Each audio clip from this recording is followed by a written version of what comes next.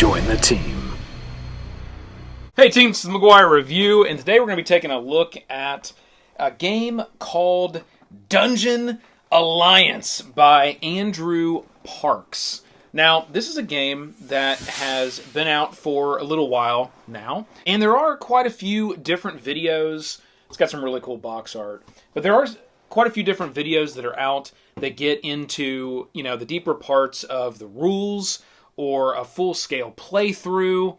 And there's just a number of videos that are already out around those things. So I didn't want to do kind of the same thing. I want to do something a little bit different with this title. So this video, we're really going to focus on what all is available in this platform as far as gameplay styles.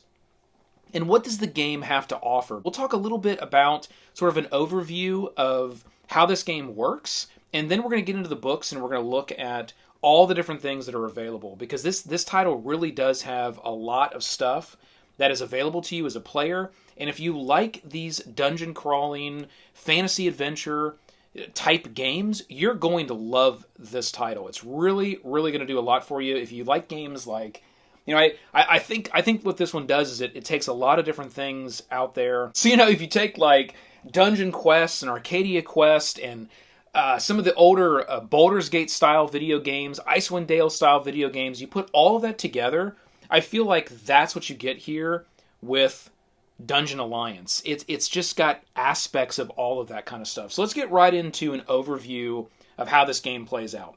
Now, there's a number of things that I've got out in front of me here, and what I wanted to do is just sort of show what a game would look like. This would be like a 3-player game setup. If we were playing the game and we're about midway through a game, this is what you would essentially see on the map. And maybe not midway, there'd probably be a few more of these tiles filled in if it was midway through the game, but this is essentially what you would see. And you will start the game with nothing more than your player colors tile around the outside of this rim, and this rim will be different sizes depending on how many people are playing.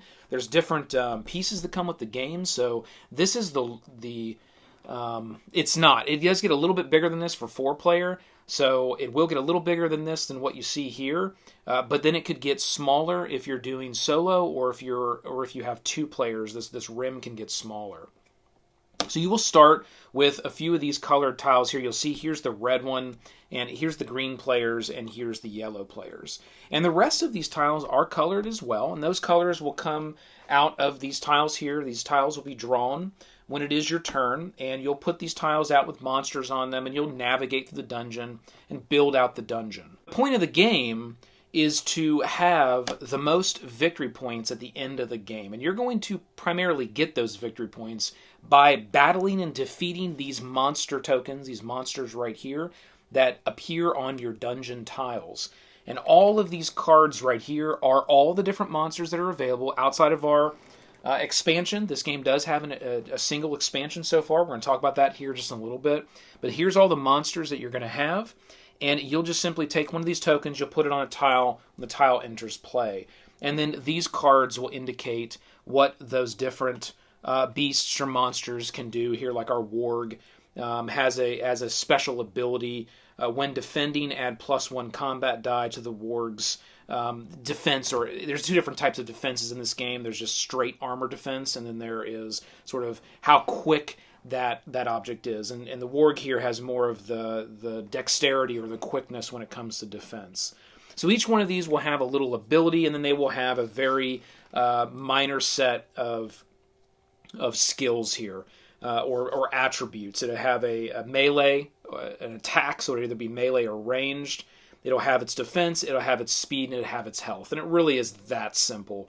And then there's a couple numbers down here, and those are just the experience points that you gain when you're able to defeat this particular monster. There are 2 that you'll see there, and that is because if you're able to take out the monster yourself, you'll get all those points. If it's something where multiple people are fighting for that monster, then you might have to split up those points. So it does drive a little bit of this aspect as you're going after the monsters, you are trying to not only take out monsters, but if you see that that's where these little wooden cubes come into play. If you have an opponent that has, a couple of them wooden cubes already under a monster, you may want to try to swoop in and take out that monster before they're able to do it. That way you get some points as well. They don't get all the points. You would end up, getting half of those points based on whatever's on the card. So there is a little bit of this battle as you're going through around taking out those monsters as fast as you can. And that's really where the core concept of this game comes down to. Now, there's some other gameplay modes that you can add in, which I think add a lot more strategy to this game. And we'll talk about those here in just a little bit. So let's look at like an overview of what this game is going to offer. You are going to have hero activations, and then you're going to have monster activations, and then you're going to have something called an end phase. And that's all spelled out on these little reference cards right here. I think they did a really good job in this game with these reference cards that tell you exactly what you need to do when it's your turn, what are the options when it's your turn, what are the rules around movement, because movement points is a lot of what defines your actions when it is your turn. And a hero phase is going to be very simple. You are going to essentially, let's say I was the red player, you're going to essentially decide to activate one of your characters. Not all four of them. You are controlling a squad of 4 characters at all times when you play this game, which is another really cool aspect of this game. It isn't just one hero traversing through this dungeon. You have a squad of 4 heroes, and you're going to decide to move one of them. And once you do, you're going to use these little tokens right here. You're either going to have it on the gold or the red. Once you've decided to then activate that character, you'd flip it over to the red so you can remember on the next round or the next phase within that round that you've already used that character. So you'll activate one of those characters and you'll move around. You'll do a number of things. You'll use your movement speed points to move around the dungeon, 1 per move. You can move diagonal any way that you want to. You can move through friendlies, not through enemies. You can't land, on a space with a monster. You can't take a locked chest or open a locked door if there's monsters in the room. All of those sort of core standard type dungeon crawling rules I found are really in this title. And pretty much what you would expect within a game like this. Let's say you wanted to find a secret door and unlock another one of these tiles, or there was a chest that was locked and you wanted to spend some time and you had to roll this die when you want to open a locked door or a locked chest to see if you're successful, and you can spend extra speed points to increase your chance to be able to be successful there. So there's lots of things you can do when it's your turn, and that offers a lot of fun just with the standard play of this game. And then it's going to be the next person's turn, and the next person's turn. And then once the last person's turn around that table, that person then, in counterclockwise order, is going to activate the monster phase. Then each player gets the chance to move and activate monsters. And those monsters are going to do a number of things. They're obviously going to move. They're going to attack if they're within range of another hero's character. And then after that's all done, they are going to be flipped over to this red side, which means they're exhausted. And then until the end phase comes, that particular monster can't move again. It is exhausted for that round. That's how that's going to work. Okay, and then after everything is done, you've gone around. What's kind of your time clocker for the round until you get your end phase is that every character, outside of a couple rules that might force that end phase, every character has been activated around the table. You'll know that when everybody has the red tokens, and then you would go into the end phase. So we'll go here to the hero activation. You can move, we talked about that. You can attack. Attacking is very simple. All of that is going to be right on your hero cards. Each hero that you are playing with is going to be uniquely different. And it isn't like the red squad and the green squad and the yellow squad. You draft these heroes at the beginning of the game. So every time that you play, the red squad could be made up of any of the heroes that are available within the game. Now, there are a few rules to ensure that you have a good mix of heroes, and every one of them is different. They have different races, different classes, and the items that you pick up over the course of the game, we'll talk about that as far as the actions. The items you pick up, it's almost like you're leveling up those characters. You're gaining new gear, you're gaining new abilities, and those abilities and gear can only be used by certain heroes, certain classes, certain races. So that's very important as well, as when you're selecting those to ensure that those will be able to work with the characters that you have effectively. and you'll hold those cards in your hand. You'll play those cards under the particular hero that you're attaching those to and playing those to as you're playing the game and going around in that round, which is really cool. I like that aspect of how you can kind of level up and gear up and skill up over the course of the game. You're then going to draft, and this is where you're going to be able to get some of this awesome new gear, and you'll spend the experience points that you gained in that turn or prior turns to be able to gain these new pieces of gear and or abilities. Those things will go into your hand. You're then going to discard and draw. So there is a set number of cards you'll need to have in your hand. There's a set number of cards you can discard and draw back up from your deck. There's a little bit of a deck building aspect to this as well. As you gain those things, they go into your hand, but then they cycle into a deck, and then they cycle back out of the deck. Everything that you have isn't always available to you. So there's a little bit of a deck building aspect as well. And you'll see here you'll gain these experience points, and when you use them, you just flip them over. Like I have these two here flipped over. This one was worth 1, and I spent it on a card, and then I flipped it over. And the reason why you don't just cash it back in is because it's still worth experience. It's still something you gained, and you'll count all of that up at the end of the game, whether it's flipped over or still available. And that's going to give you more points at the end of the game for experience that you've gained. So I like that. It isn't like I gained the experience and I have to do this balance of, do I just hold on to it and have crappier gear, or do I cash it in and spend it and get rid of it and have better gear? And then it's whoever's got the most sort of currency at the end. They really did a nice job with allowing all of that over the course of the game to still count for something. And that was really well done. I like that. Okay, and that's everything that you're going to be able to do when it's your turn. Now, the end phase is going to be readying the monsters and the heroes. So essentially the end phase is just kind of a cleanup phase. We're going to ready the heroes and monsters. We're going to advance poison. If you did get poison, you're going to get even more poison. You're going to discard the placed cards, discard all cards placed underneath your heroes. It's kind of refreshing everything. Draw up to your hand limit, advance the upgrade decks, and pass initiative tokens. You'll pass this little token to the next player. And the reason why you do that is because this game is only a max of 4 rounds long. Now, I do want to talk about the advanced upgrade decks really quick, and then we'll get into the gameplay modes. The advanced upgrade decks are right here. So right when you start the game, you start with level 1 upgrades and abilities. And then there's these XP piles. That's why I got a pile here and a pile here.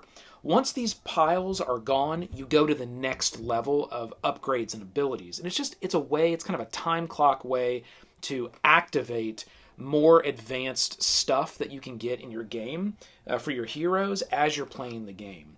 So if players really quickly empty out this first XP pile, well then your second level stuff is going to come into play. You'll leave whatever's here, but the actual deck of stuff will go away, and it'll be replaced with a more powerful deck of items and abilities. And that's always fun as you're playing the game when that's triggered, that you kind of get this feeling of, okay, the new higher level deck just came out, and now I've got more awesome abilities and skills that I'm going to be able to get. Okay, that's the game in a nutshell. The standard play, so now we're going to get into the play of this game. The standard play is the competitive version of this game, which is essentially what we have going on right here. You're not going to be fighting one another, so green is never going to attack and fight red. You're only going to be attacking and fighting monsters. And it is really about this strategic game of, as quickly as possible, navigating this dungeon, fighting and killing as many monsters as you can, and watching your competitors and seeing, okay, that competitor's got a hit on this one. Okay, it's my turn. Maybe I can get over there if there's a connection. Maybe I can get over there and be able to take that monster out before it's their turn again, and then gain those victory points, or at least gain half of those victory points. That's really the strategic part of I like to call it the standard competitive game that this has to offer. Now, that is fun. However, and from a review perspective, I have to say I much rather add in some of these other, what I call modules to the game, than just the standard play. I think just the standard play, it is fun, it has its fun to it, but I think after a couple games, your gamer is going to get probably a little bit burnout and they're going to want more. They're going to want more strategy. They're going to want that combat between players, because as soon as you add in that combat between players, it adds a whole nother layer of strategy and competitiveness to this title. And you can do that. It's one of the options. So I feel like the standard competitive game is probably the most basic version that this game has to offer. I think it's a good gateway for a lot of gamers that might not understand or have played a game like this. I think it's simple enough that it's a really good gateway game. And you don't have that pressure of another player attacking you. You don't have that competitiveness of another player attacking you. Not everybody likes that. So when you want a little bit more of that, you can add it on. So now we're going to get into... And we're going to look at the expansion last. We're going to get into the books that were available with the game. Here's the standard rulebook. I think the standard rulebook does a nice job on the back here. There's a solo variant of this game. The solo variant is very, very nice. That's important to know that there's a solo variant of this game in the times that we're in. And it does have a deck that will control the game. And there's different ways to win. You want to fill the whole... Basically, you want to fill the whole grid in with tiles, and you want to take out as many monsters as possible. At the end of the game, you're going to lose points for any of these spots that aren't filled. You're going to lose points for any of the monsters that still exist in the game that haven't been taken out. Okay, but the solo game is a very fun experience. It really gives you a rich dungeon crawl feeling. If you're looking for that feel, you're going to get it from the solo game. It's great. Okay, and then we've got this other booklet that's included, which is called the Rules Supplement. What you're going to find here is all the different variations, and I like to call them modules, that you can integrate with this game. And they are kind of interchangeable, which I found was nice as well. Let's just hit some of these here in this book. We talked about the basic game already. Well, what you could do then is you can say choosing your team standard. There's a standard game of choosing your team. There's also a variant around hero drafting rules. So if you want to change up how the heroes are drafted, make that different, there's a variant for that. There's a variant for the upgrade deck rules. So if you want to change how the XP pools work and how quickly you can access upgrades, there's a variant for that. There is a full cooperative game mode to this game where it's similar to the solo but different, where you are all working together, and now it's a cooperative game. Obviously, there will be no PvP rules in a cooperative game. There are some slight modifications and changes to the rules. You can play that cooperative game with just your standard dungeon, or you can add other things like quests and endgame bosses, which I highly suggest you do. If you're going to play a cooperative game, add in the quests and the quest system, add in the endgame bosses. And again, you can add in these endgame bosses and quests with any variation of this game. So it's almost like, because it's so modular, you can kind of create your own gameplay style, and all of them work, and they're all balanced. And I think that's where this platform really shines. You're getting a lot for your money here. There's a lot of different play styles that are available. Endgame scoring's done a little bit different in your co-op game. Let's see what we have here as well. There is a Nightmare solo cooperative game. So if you have mastered this game with your gaming group from a cooperative perspective, you can lock it into Nightmare mode and make it even harder. There's permadeath rules, which I love the permadeath rules. There's a campaign to this game as well. We're going to get there. And I feel like you should always use permadeath with the campaign, because when you have characters that quote-unquote die in this game, without permadeath rules, they're just kind of knocked out. And there's various different ways to get your character back up. It's a resting ability that you can take when it's your turn. And there's 3 different kind of ways you can go about resting, depending on what your situation is. But the short part of the story here is your character, you can get him back up and get him alive again. Whether it's 1 more point or a few more points or all the way to full health, you can get that character back up. Unless you play with permadeath rules, which means the character is kind of out. They're out of the game, unless you can get them healed up before it's their next turn, but they're out of the game. What's neat is at the end of that round, if you're playing a campaign, you can spend your experience points, your campaign token points, to actually gain that character back or draft from the inn a brand new character that you can bring into your party. So that adds a whole nother layer of fun as well if you want to use those permadeath rules and draft new heroes, new characters into your party. Maybe it's a campaign, you've played a few rounds, and you're like, I don't want to lose this particular character. You can pull them back in, maybe take them to the local mage and heal up their wounds that otherwise they would have been a goner. We talked a little bit about quests. That's a whole nother aspect in this game. There's a deck of cards that have quests on them, and you essentially have to do whatever the card says, like defeat this many type of monsters, or traverse this many type of rooms. And then if you're able to complete that quest, you will gain experience. For that quest, you'll gain some experience points. So it's just another way to get experience points, but it's also another thing to say, well, maybe it's not all about just going after the monsters. I can go after the monsters, or I can go after this quest. And I can get experience points by going after that quest as well. So it's just another aspect to add in the game to balance what do you go after when it comes to experience points. But again, you don't have to use it. You can just the standard version. You don't have to do that at all.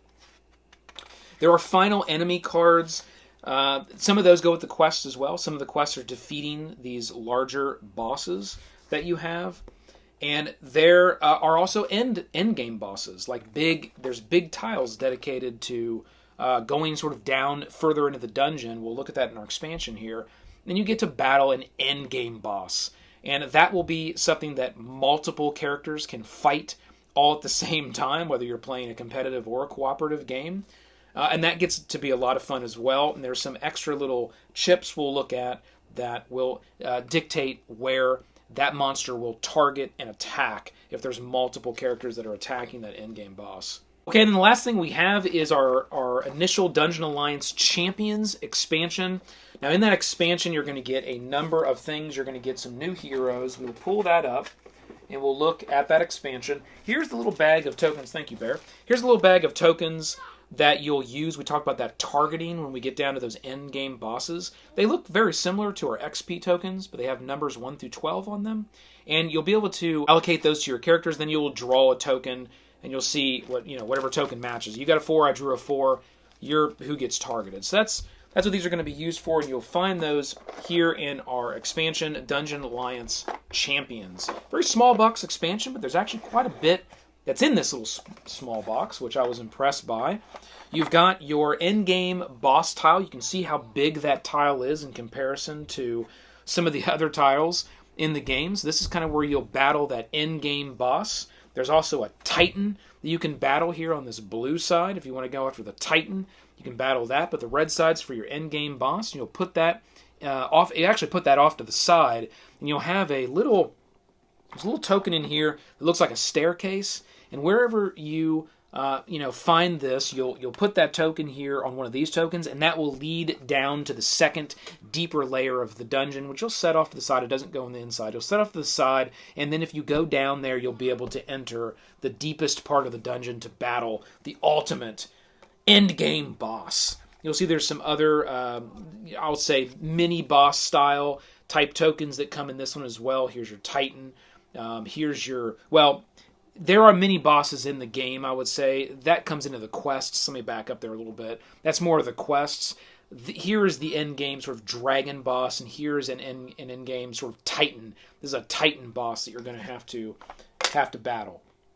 Okay, you will get more different types of enemies, and I would say these are a little beefier. You got some different types of enemies here that you're going to get in this expansion that you're going to get to add in to your cards here, which you can kind of mix them in and use them whenever you want. You're going to get 4 new hero miniatures. And when it comes to these miniatures, are these like absolutely fantastic miniatures? No, they're miniatures that are designed for a board game, all right? So that's what you're going to get with these little minis here. That isn't to say that they aren't still decently detailed and sculpted. They definitely have that, but they do have a very classic look and feel to them. And I really like the feel of this game. This whole game has a very classic dungeon style feel to it, from the artwork to the tone of all the colors to the miniatures. You really feel like you're playing one of these classic dungeon crawling RPGs. I absolutely love the aesthetics of this game. They did a really good job with that. Okay, so you need to get 4 new little miniatures, and you'll see the miniatures here. Okay, 4 new miniatures. Air, why don't you go ahead and hit some of these miniatures here with the miniature cam, so we can get a feel for what these in the expansion look like, and what the ones on the table we've already got look like. And there are more miniatures as well. There for each one of the heroes. There's a little box that has all the miniatures in it. They all have they have their own unique box, which is nice. For protection of those miniatures, if you did want to paint them up. And then you're going to get these cards here, which are going to represent the Deep Dungeon Final Enemy. There's a number of those cards for the Final Enemy. Here's the cards for the Titan. You do have a single quest card that is in here as well. There's a new mechanic called the deck. And these are just, you'll get new abilities as well as new heroes. That's the end of those cards. But there is a new mechanic in here called the Deck of Many. Well, it's a deck of, let me get the name right here. The Deck of Many Treasures. And all that does is, if you want to, there are treasures. There's treasure chests in this game. Some are locked, some are unlocked. And if you get it open, you generally will get something out of it. It's normally good. Sometimes it's not good. And if you want to dig a little bit deeper into that chest, that's where the chest of many treasures, you will draw from that, and you can take a chance. Maybe you get another gem. Maybe you get something good. Or maybe that chest springs to life as a mimic and tries to take you out. So that's the fun mechanic of the Deck of Many Treasures. You don't have to play with that, but you can if you want. Again, it's another one of those sort of modules you can add in. And that's everything, team. That is everything that this title has to offer. And there you can see just how amazing this title is, of how much it gives you as a player. And just be careful, right? Because you might see some things out there in this game where a reviewer is only looking at it from a certain style or perspective, and that's perfectly fine. But just understand that this title offers a lot to you as an individual player and a lot to your gaming group.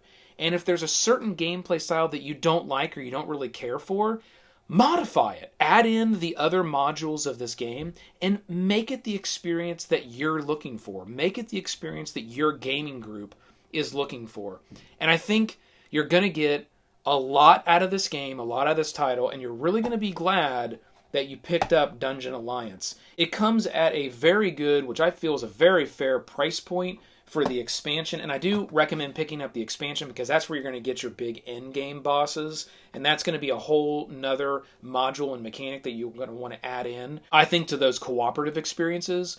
So when I play cooperatively, I want the quests, I want it all. I want the quests, I want the end-game bosses, I want the mini-bosses, I want everybody working together. That's a really fun cooperative experience, in my opinion. When I play competitively, I want it with the PvP rules because it's a whole nother aspect. I want it with quests and I want it with PvP.